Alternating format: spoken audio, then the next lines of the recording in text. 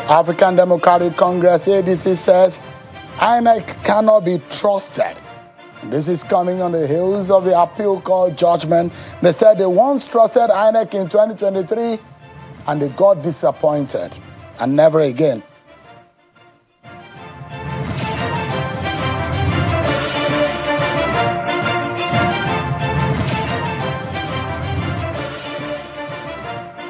House of Reps continues with a probe on the alleged fake federal agency.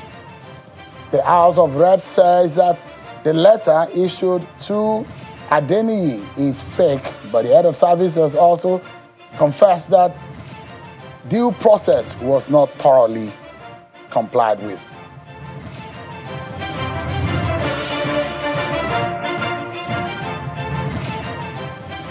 Hello everyone, welcome to the program. This is Politics Today, live on Channels Television.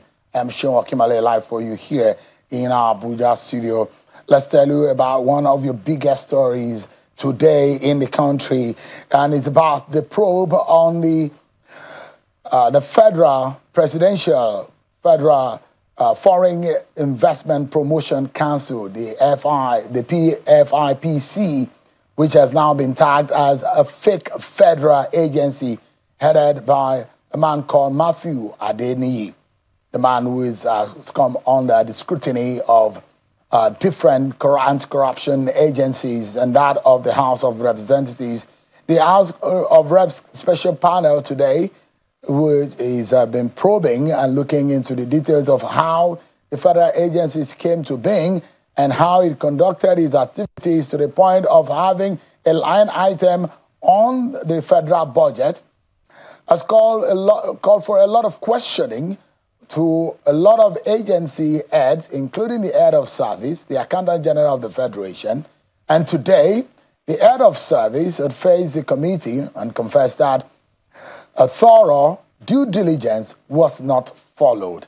And the House of Reps have come out to say the letter issued to Mr. Matthew Adeniyi is fake.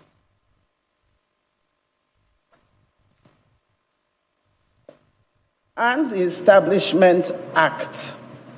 And based on those documents and also based on the interaction with the representatives of the PEAC and PFICP, they went on to issue the authorized establishment and later the recruitment waiver. We now, having seen all the facts and observed all the documents, concede that we ought to have carried out more due diligence in the discharge of the duties of the office in issuing an authorized establishment and a recruitment waiver to the PEAC/PFICP. Everything was done in accordance with the practice in the office, and out of the 88 ministries that were approved, we are really surprised that we were unable to detect the PEAC and PFICP had actually given us a false Establishment Act, and now you have proved a false letter of appointment. So we take all responsibility, and we will definitely see that we review our processes to make them more. The IGP is committed to cooperating with the committee in the discharge of the mandate that the committee has. But due to the IGP has been mandated to produce the suspect, Prince Adeniyi Adeyemi Matthew, before the committee members today, but that is not being done due to the fact that is at present, that is the suspect, being held in custody based on a subsisting warrant for him to be detained. And as it is so, in order for us to be able to continue to relate well, we are of the opinion that the Honorable Committee Chairman, as well as the committee members, could seek or avail us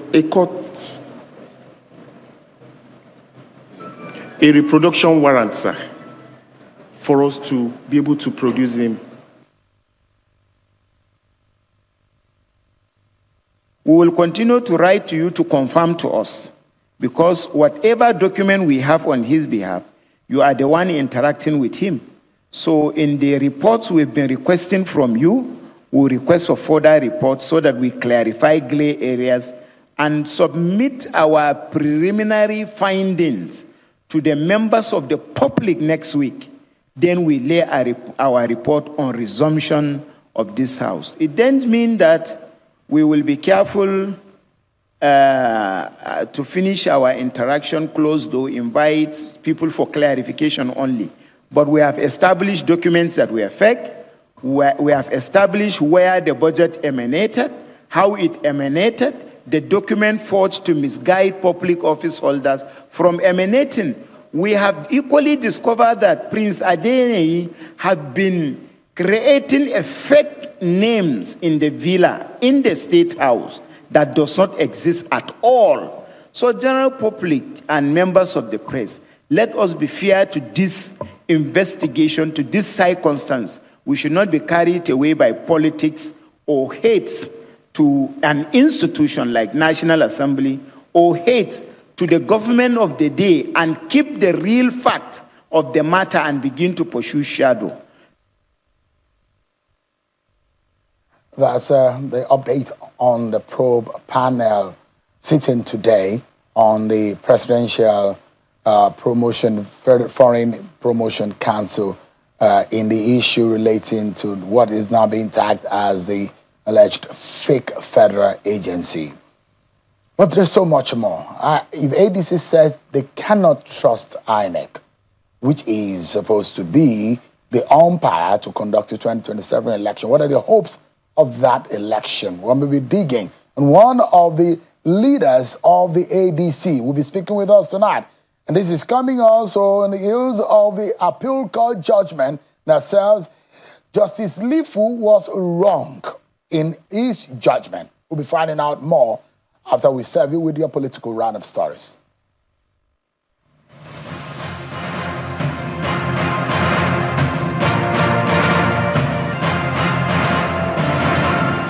The Chief of Army Staff, Lieutenant General Waidi Shaibu, has approved the appointment of general officers commanding to the newly established Nigerian Army divisions. This follows the approval by President Bola Tinubu for the establishment of 4 additional divisions across the country. The Army said that the landmark development forms part of an ongoing effort to strengthen the Nigerian Army's force structure, expand its operational footprint, enhance command and control, while improving the service's capacity to effectively respond to Nigeria's evolving security challenges. It adds that the newly established divisions will immediately commence operations in the respective locations on attainment of initial operational capability (IOC), while deliberate measures are being implemented to progressively attain full operational capability. The national youth leader of the African Democratic Congress (ADC) is calling for the resignation of the David Mark-led National Working Committee of the party over allegations of untreated petitions from aspirants who contested for various offices during the primaries. The national youth leader, Mr. Balarabe Rufai, made the call at a news conference at the party's national secretariat in Abuja, condemning the silence that has allegedly trailed the nomination of candidates by the party. According to him, several petitions from aggrieved contestants are lying untreated on the tables of the ADC legal advisor, and other party leaders appear to have simply moved on. The National Institute for Legislative and Democratic Studies is emphasizing the need for continuous innovation in managing internal governance, strengthening operational efficiency, as well as ensuring procedural compliance among government agencies. The Director General of the Institute, Professor Abubakar Suleiman, made a call during the opening ceremony of a capacity building program for the chairman and commissioners of the commission in Abuja. The Director General explained that rising revenue profile in government, high debt relief, and uncontrollable revenue sources have become a challenge that needs to be handled with creativity, innovation, and internal government management skills. Lastly, ahead of the August 15 governorship election in Osun State, members of the Accord Party have accused personnel of the Nigerian police force of intimidation and unlawful arrest of party members across the state.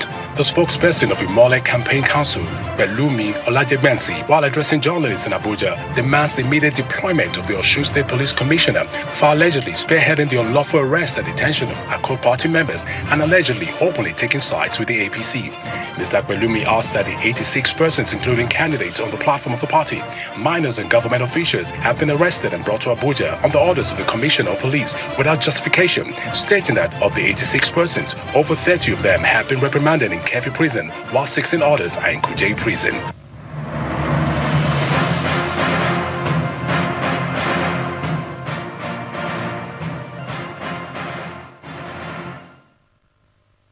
There you have it, your political roundup stories. A part of the news just in right here on Channels Television.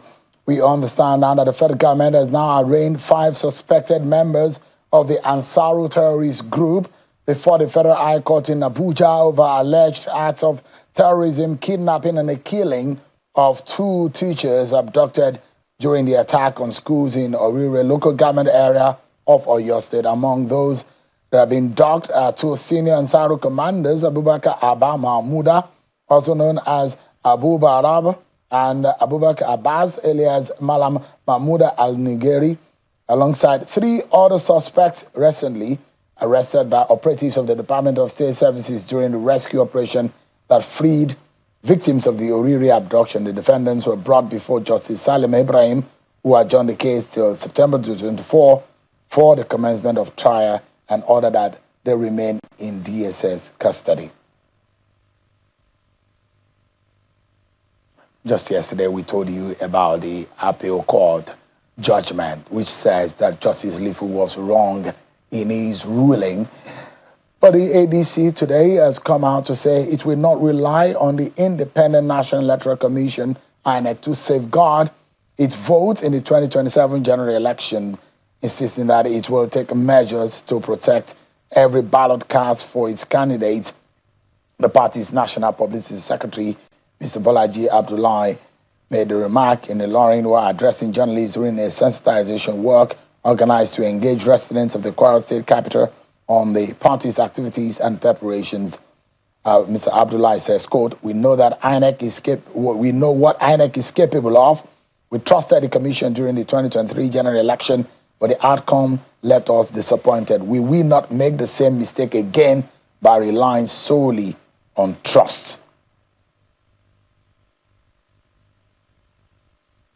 Let's get an insight on what the judgment of yesterday means for the ADC and the continued push for the plurality of democratic and political participation in Nigeria. Being joined by Professor Osumbo, who is live for us here in our Abuja studio. He's one of the ADC leaders. Prof, it's good to see you again.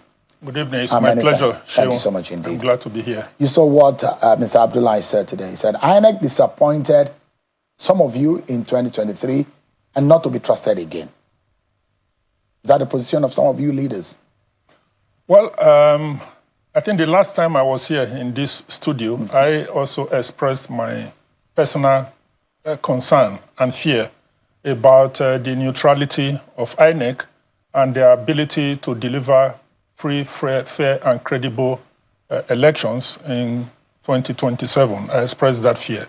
That was in the wake of this, what the phrase Nigerians now know, status quo ante bellum, which they wrongly interpreted to mean that the leadership of ADC that they had recognized since the 29th of June 2025 was no longer to be recognized, and they were barred from access to the INEC portal.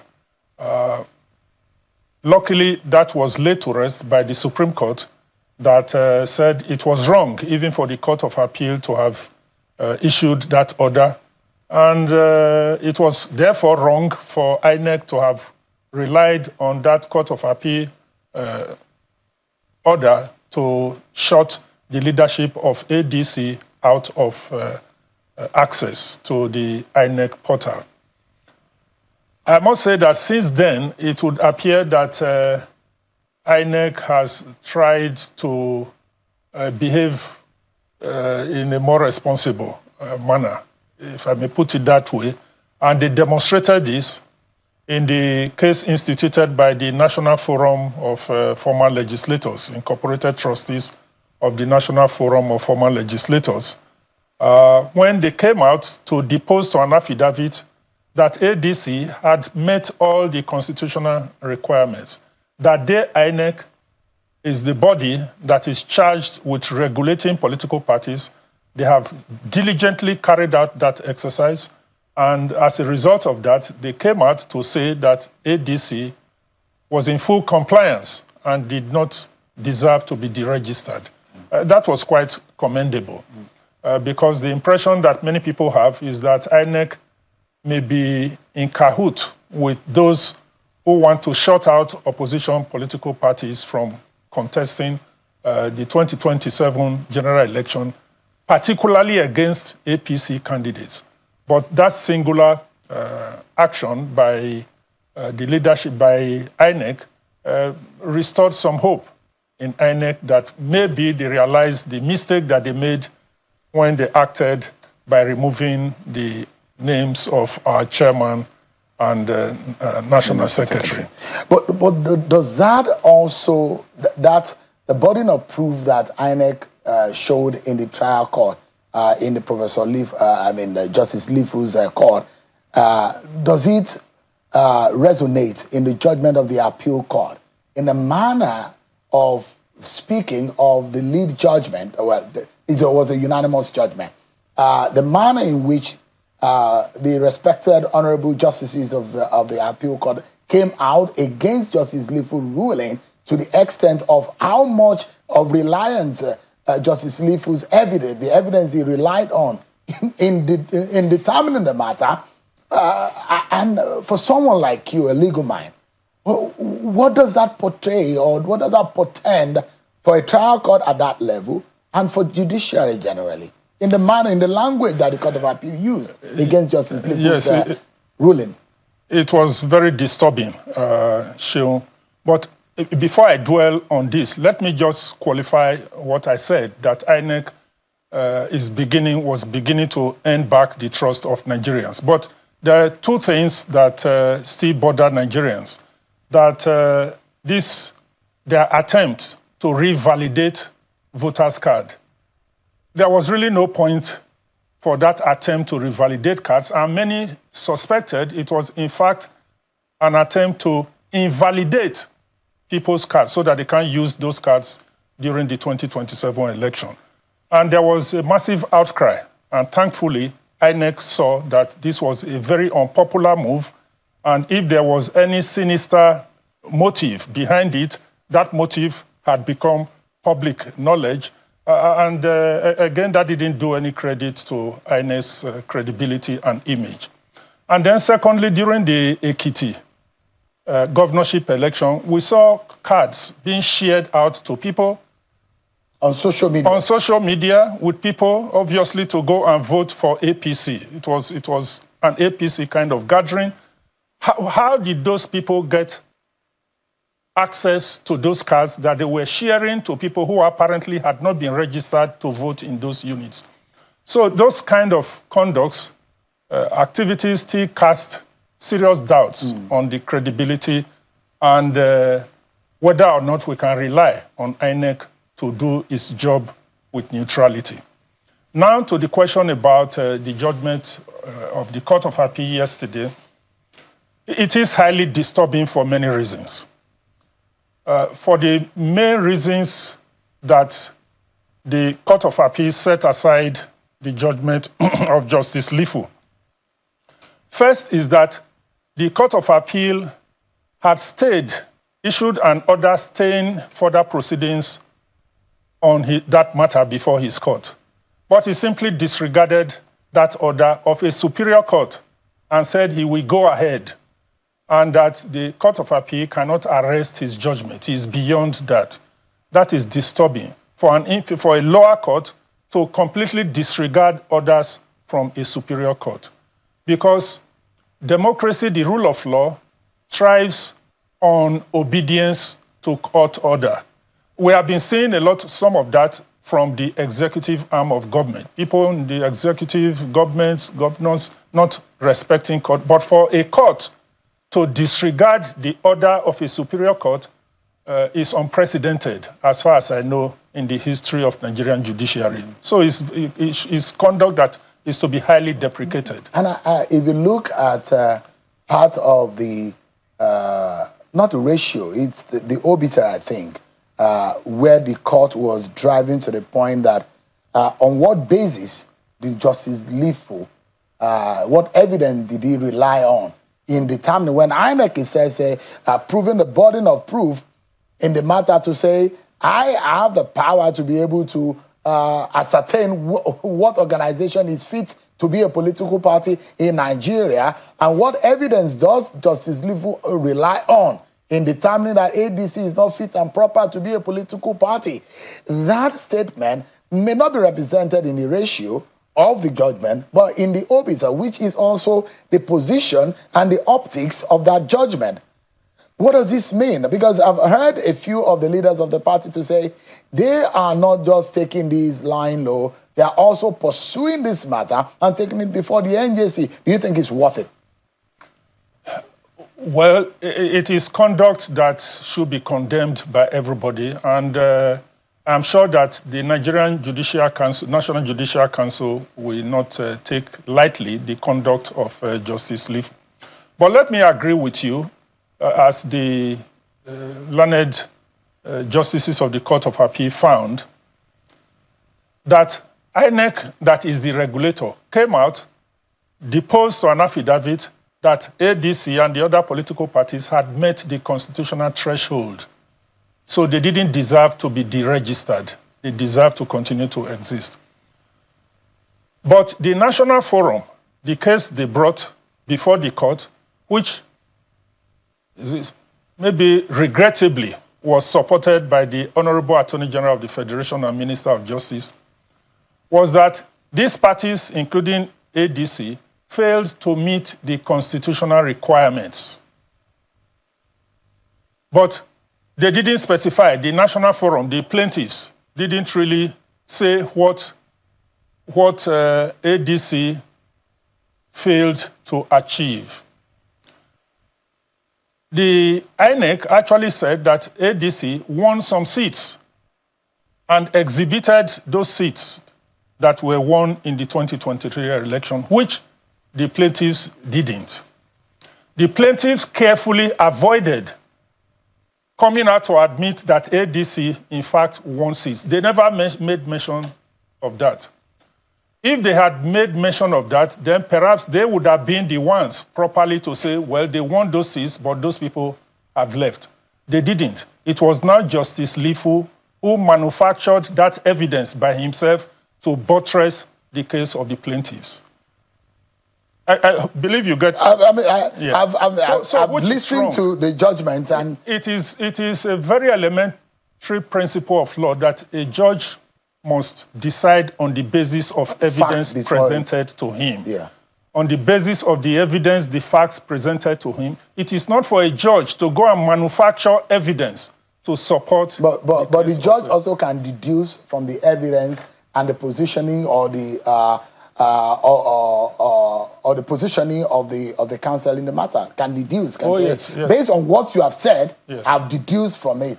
The inference that are provided in your evidence, I could deduce that it is because evidently, what an evidence and in cross-examination, what you are evidently saying, you are not telling the judge, this is exactly, you present it before and it's left for the judge and the court to be able to make up his mind on what it is. You are right, Shion, that a court is entitled to balance the evidence that is presented before it, to know which one has probative value and the relative, balance them and see which one is believable or more believable. Yeah. But here the evidence was not presented.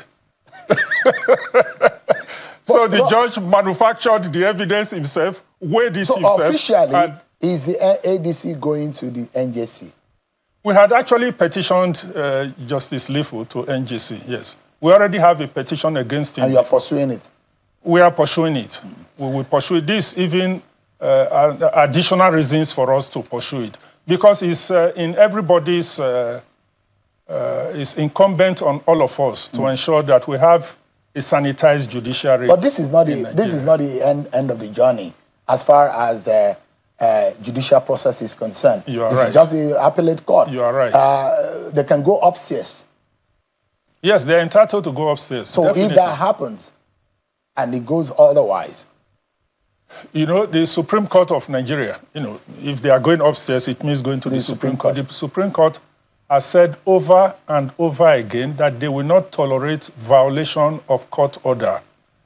No matter how perverse a court order is, it is not for anybody to violate that court order. And they will come very hard against anybody who violates a court order. How flagrant can a violation be more than what Lifu did? To say to Court of Appeal, yes, I am aware, I have seen, I have received, I have acknowledged your stay of proceedings, but I will not obey it because you don't have any power to arrest my judgment. But again, there are those who will say the position or the stay from the Court of Appeal was just on a matter that has not been decided by Justice Lifu's court. So on what basis is the Court of Appeal stay? No, on what matter? Because Justice Lifu in his court also will say, well, what are you staying for? On what basis? Do you even have the meat of the matter presented before me? And can you also stop another court from carrying out justice? Is it not a perversion of justice? So no, the argument... No, I'm afraid, Seun, you've got it wrong. I'm sure that what is operating in your mind is the appeal against on Gombe case, which was appealed to the Court of Appeal, and the Court of Appeal said it was premature. Okay, on the issue of registration... Because there was no court order. There was no order issued by Wite before the appeal court went to the appeal court. Yes. Yeah. But here, he had dismissed, he had ruled on applications and dismissed the applications. Yes. So he had entered what you could regard as a judgment. It was that judgment or order that was appealed to the Supreme Court. So it's different from what happened. So, Prof, what does the judgment of yesterday, what does it portend for your party? Well, it means that one more of the impediments that are being thrown on our way has been surmounted. But there are a few more. Gombe's case is still in the... It's still before Lifu. So we are not completely out of the wood yet, but we have faith that everything does not stop with Lifu. We have opportunities to go get justice over and above whatever Lifu may choose to do. Brother, those are arguing also once the process starts, you get into campaign, can any political party still be stopped at that point? Wouldn't all of these cases become an academic process? Because, I mean, can you stop a party that is imminently going to be on the ballot when they have moved past, the train has moved? And those arguments. On the other hand, is the fact that in the end, does your party even stand a chance at the poll? I don't think there is any party that stands as much chance as ADC today of winning the presidential election in 2027. Really? In a free and fair election, I don't see any candidate, any of the candidates that have emerged from any of the political parties defeating our presidential candidate, His Excellency Alhaji Atiku Abubakar, in the elections. Even against the concept and the principle of balance of power and spread based on regional consideration. What is the regional consideration? Right, was it the consideration that denied a South-South president? Jonathan didn't get 8 years. Why didn't this balance inure to his own benefit so that he can exhaust his 8 years? When is South-South going to complete his 8 years? So you have a feeling that Atiku can beat Bola Tinubu? And really, the primary concern of Nigerians now, this balancing, I think you do balancing when a country is at peace, where the people are happy, where daily existence, people are not afraid whether they will sleep and wake up the following day, where the country is undergoing progress. You can talk about balancing. Okay, your turn, you do your turn, we do our turn. But that is, we face existential threats in Nigeria. And there are people who are beginning to fear that 2027 may actually be the last time your vote and my vote will count in Nigeria if we don't get it right. If we don't get it right, this will be the very last time that people will be allowed to choose who they want to elect. It will be by order, by presidential directive in future, if we do not get it right now. So let us get it right and save our country. Yeah, let us rescue our democracy. Let us rescue our people. Let's leave for posterity and the children that are coming behind us a country that they can be proud of. You think an Atiku and the ADC phenomenon is what can cancel that out? That is what we offer, and by the grace of God, that is what we are going to give to Nigerians. The question is, if anything, if 2023 elections and the figures are anything to go by, do you think, I'm asking the question a second time, do you think your party stand a chance? Talking about the figures, there was only about 2 million or so difference. That's a lot in an election, and you know it, Prof. Yeah, no. You've been on the ballot before. Let's do the analysis. Out of the 8.9 million that the president now scored, he got about 5.4 million of that from the north. Mm-hmm. And I'm sure that you are aware that many Northerners, many people from the north feel that they have not felt the impact of this government. And that this government seems to be more concerned about one particular geopolitical zone to the exclusion of others. Whether it's in appointment, every agency or department of this government that has to do with money, generation of money, accounting for money, spending money, all come from the same geopolitical zone, which runs contrary to Section 40 of the Constitution that says that every part of the country should be given a sense of belonging, that no agency or department of government must be run in such a way as to give the impression that it is only people from a particular area that are fit for those offices. This government is in violation of that because many parts of the country are excluded from, just look at it, name any income generating aspect of this government or any part of the government that has to do with money, whether it is Ministry of Finance, whether it is Central Bank. Based on that argument, you think that Tinubu will lose? What I say is that, you know, democracy is to reflect the will of the people and you satisfy the people. It's supposed to be a government of the people, for the people, and by the people. First of all, we want to ensure that government in Nigeria continues to be by the will of the people.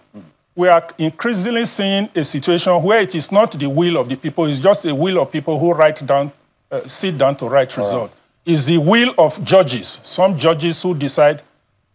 And then it is not for the people as a whole, it's for a select few, elite, those who are within the closed cycle of persons in power. That is not democracy. And people are entitled to feel aggrieved if they've been shut out of government. And I tell you that many people in Nigeria today feel that they and their people have been shut out completely from particularly federal government. Professor Osareman Osumbo is the leader of the ADC, but thank you so much indeed for your time tonight. Always a pleasure, sir. Thank you very much, Sheon. I appreciate it, sir. And I wish you and your party the very best. Thank you very much. God bless you. God bless you, sir. Okay. We'll take a break, everyone. But when we return, I'll take you into what has become a messy situation in the NBA. The Nigerian Bar Association is supposed to be the conscience of Nigeria's democracy, is now being thrown into a messy election situation. One of the aggrieved candidates, Mr. Lateef Akangbe, senior advocate of Nigeria, who has petitioned against the election of Mrs. Okusonga will be speaking with us after this break, everyone. Join us again. From emergency response, we are integrating the systems that drive our progress as a nation.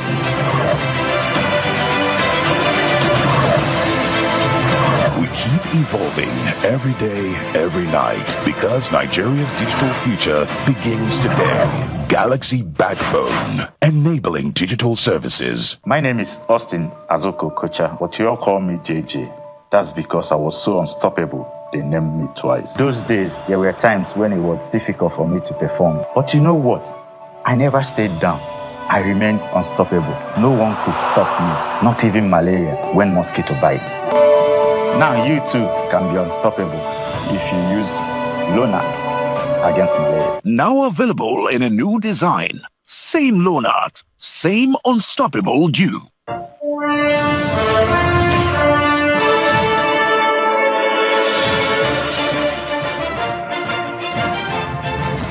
Thanks so much, everyone. For many lawyers, the Nigerian Bar Association's presidential election is more than just a contest for leadership. It is a test of the integrity of one of the country's most influential professional bodies.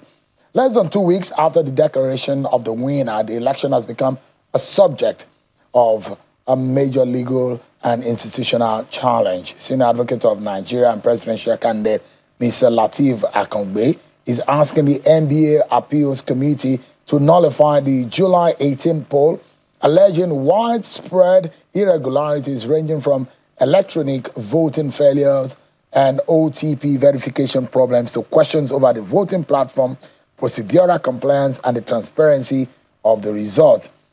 His counterpart, another candidate, Are Olumuyiwa Akimboro, has also called for an independent forensic audit, insisting that confidence on the bar's democratic process must come before individual ambition. So, do these petitions expose fundamental flaws in the NBA's electronic voting system, or are they simply the inevitable fallout of a fiercely contested election?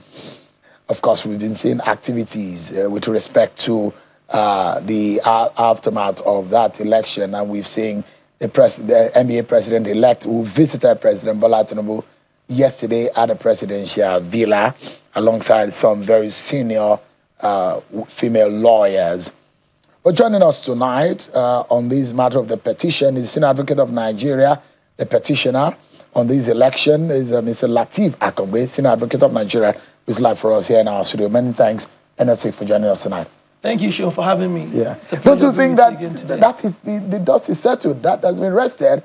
The woman has since moved on. Is already visiting president. Is already, getting ready and prepping up to assume office. No, I don't think the dust is settled. I think it's far from being settled. And we're following the right channels to ensure that the proper thing is done. And she'll always remember that we're talking about an association here that's supposed to be the conscience of the nation, the moral compass. And we're saying for too long, the NBA has been an institution that is not accountable. Ever since we started the electronic voting in 2016, we've never had an audit of the electoral process.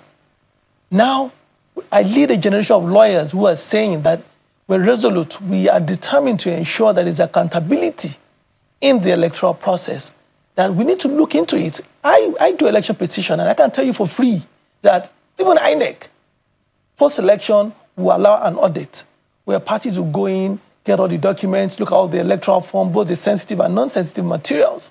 But in the NBA, you've never had an election where there is a post-mortem to say, okay, it's electronic. Where are the logs? What's the voting pattern? What about the program that was used? What about the algorithms? That has never been done before. And when you marry that with what happened, the sham that happened, the shambolic election here, you know that we just cannot. Because what it means is that we would have lost the moral right tomorrow to call INEC to question. We're talking about an election marred with irregularities, an election that is not compliance with the guidelines and the constitution of the association. When you say irregularities and did not meet up to the standards, these are the standards presented before the three candidates, yourself, Are Akimboro, and Mrs. Okusoya. And when you say the standard were presented before you, and the three of you agreed to these standards. What else do you want? No, the standards here, we're talking about the Constitution, the way in which the election should be conducted. And I break this down for you. Number one, when the election started, forget all the pre-election controversies now. Well, of course, we can't run away from them. But now I'm talking about the electoral process and even the post-election electoral process. Now, we agreed that there was going to be an electronic voting, because we commence at so time on the 18th, to start on the Friday and finish on Saturday, 12 midnight. Now, we agreed that all the participants, all the contestants would have their IT expert, technical experts, to be in the situation room to look at the process, look at the programs, look at the algorithm, make sure everything is well done. As at 10 p.m. on that night, I was still calling the chairman of DCMBA and the president of the association to say, my technical experts are here. Can you grant them, can you allow them to come into the situation room and carry out an inspection? Now, we forewarned you. We warned you about the choice of the service provider, that he didn't have the competence to carry out this election. Now, an election commenced, and within 10 minutes of the commencement of the election, what happened was that the server went down. The portal went down. The advertised portal went down. That was at 12 midnight. By 2:09, I had written a letter to the electoral committee to inform them that suspend this election, given what had happened. They claimed there was a cyber attack, an unverified cyber attack, an unverified claim. Now, in any state environment, the moment the server goes down, shuts down, the election will be suspended. You go back to the drawing board, and look at things properly. And what should we do? You know what happened, Sheon? By 7:35, we heard that another portal had been created, developed in 3-4 hours. We say, oh, miraculously, we created another portal. Now, what does the Constitution say about the electoral portal? There are safeguards in the Constitution that must be complied with. 21 days before, saying things must be done, this must be done, that must be done. All of that was not done. And all of that points to one of two things. One is that either you migrating to a different portal, which was not supposed to be, either that was done because of a calculated attempt to have a controlled outcome, a predetermined outcome, or lack of competence and capacity, that because in an election of this sort, it is not unforeseen that you will have cyber attacks. You build firewalls to be able to withhold these things. So that is why you had said that you had asked when the election commenced that it should be postponed. Suspended. The moment the server went down, said shut down, don't do anything anymore. But there are those who will say the game has already begun, you find a way around it. And some of the issues that are raised is that the discretion of the electoral committee should be respected, which is also empowered by the Constitution and the process that constituted the committee that conducted the election. You should not exercise discretion that takes you outside the Constitution and the guidelines. You have discretion within the bounds. But there are no specifics to say when there's a technical problem, you suspend the process. Oh, there are specifics that says that before the portal can be used for an election, there must be an integrity test. There must be stress tests. Same thing must be done 21 days before. It must be done in a particular manner. All that was not done. Now, you go into an election, middle of the game, you're changing the portal in the middle of the game. You don't change the rules mid-game. You don't do that. You don't shift the goalpost in the middle of the game. There's an advertised portal. It has gone down. Saying there are same safeguards, constitutional safeguards that have to be met before that. I'll give you an example. I contacted the president of the bar and I said to him, 2025 class, a whole class of lawyers cannot vote. What is going on? They're being disenfranchised. And what he said to me was that, oh, there's a problem with our Supreme Court number. Oh, I should call an NBA ICT member to rectify that for them and they can vote. If I call them, they'll be able to vote. Now, a lot of things come with that. Number one is that, did you announce that? That means you intended to disenfranchise them because they should have been told beforehand that you won't be able to vote using your Supreme Court number, use the exam number. That was not done. Those May weeks were cut off. Well, they were cut off. Now, and there are evidence to that. Of course. Secondly, second to that, what is the role of the NBA ICT in that election that you said I should call Sadiq to rectify that? You have a service provider. Are they not independent? Why should an NBA ICT member get involved in the process? These are the issues that have to be looked at. The system has to be tested. It's not about personalities. So your colleague, Are Akimboro, is asking the EFCC and security agencies to come and investigate and probe the election. Do you agree with that too? Oh, rightly so. Rightly so, because in his estimation, there was no election at all. And if there was no election for him, there's no point going through the appeal process, the appeal channels. I went through the appeal channels because I believe that let's test the system, whether we have a system that will correct itself. Has the appeal started sitting? No, not yet. You just sent your appeal yesterday, your petition yesterday. But your ultimate agenda is you want Mrs. Oku-Saga to be removed. What we're saying is this. And the election to be set aside. What we're saying is the results and the outcome to be set aside. Absolutely. And that is based on the fact that you need to have the majority of the members elect a president. And what we have is that the numbers of members who were disenfranchised is so substantial enough that can affect the outcome of the election. And when you have that, election is inconclusive. The law is settled on that in Nigeria. That once you have a number of disenfranchised members that are substantial enough to affect the outcome, therefore, you cannot say this is the right winner, this is the winner. She scored 14% of the members of the eligible voters. So what it means is that you have a president who, out of 82,000 members, only had the mandate of 12,000 people. Now, if you combine the entire votes in that election, which is about 26,000, the two previous elections, this outgoing president, he alone scored 20,000 votes in his election, almost the total number of the entire voters in this election. The previous one scored 22,000, 4,000 short of what the aggregate number of voters in this election. And we're saying, for the image of the Nigerian Bar Association, for people looking at us, we can't call this an election. Just before I came into the studio, Pengassan president was addressing the members, and they were talking about the nature of their elections in the past, which used to be acrimonious and used to be bitter, and they sat together to say, how can we find a way forward? They look at different institutions. They said they looked at the NBA, and they said, oh, that cannot work. They then looked at the ICANN and followed the ICANN model. That should be troubling to any member of the association, that the association that's supposed to be the conscience of the nation, set the moral compass for the entire association. Pengassan has looked at our setup and they said, no, we can't follow this model. It doesn't work. Let's follow ICANN.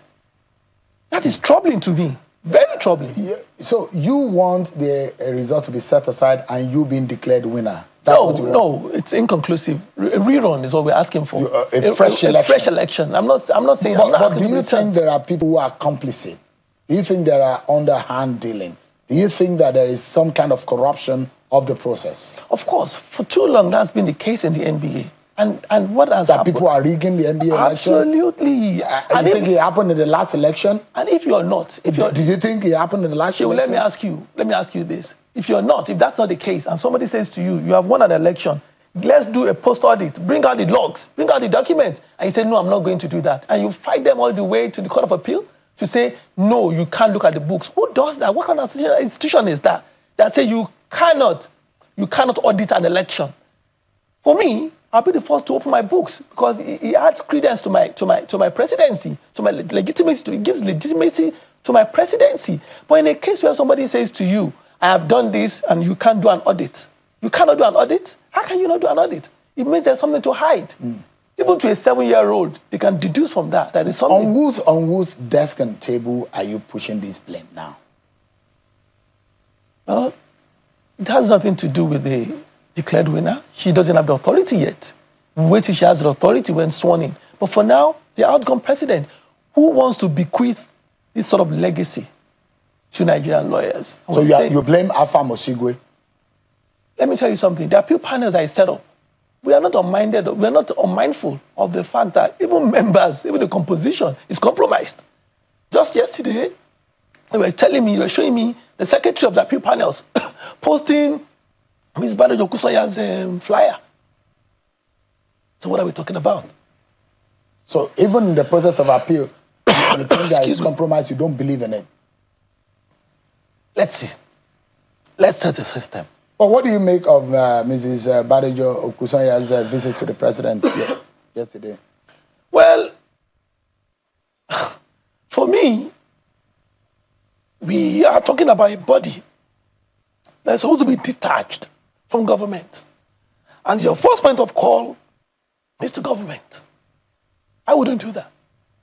If you won the election and if the president invited you, you will refuse and turn down the invitation. I don't know if it was an invite, but if the president invited me, I will honor it. I will honor the invite. I will go there. But we need to look into it. But you don't think that she was invited by the president? I don't know if she was invited, but in what capacity? You have just you said you will honor the invitation, but you have said that our going there is not right. I'm not aware in our association that a president-elect, not even been sworn in yet, goes to the State House. In what capacity are you going there? Well, I have no control over that. All right. Mr. Lateef Akongbe is a petitioner in the election conducted by the NBA. We saw Mrs. Badijo Okusoya emerging as a winner of that election. Mr. Lateef Akongbe is a senior advocate of Nigeria. Thanks so much indeed, Leonard. Thank you, Sean. Thank you very much. Thank you very much. Thank you. That's our show for tonight, everyone. Many thanks for watching. I'm Sean Wakimbale. God bless Nigeria.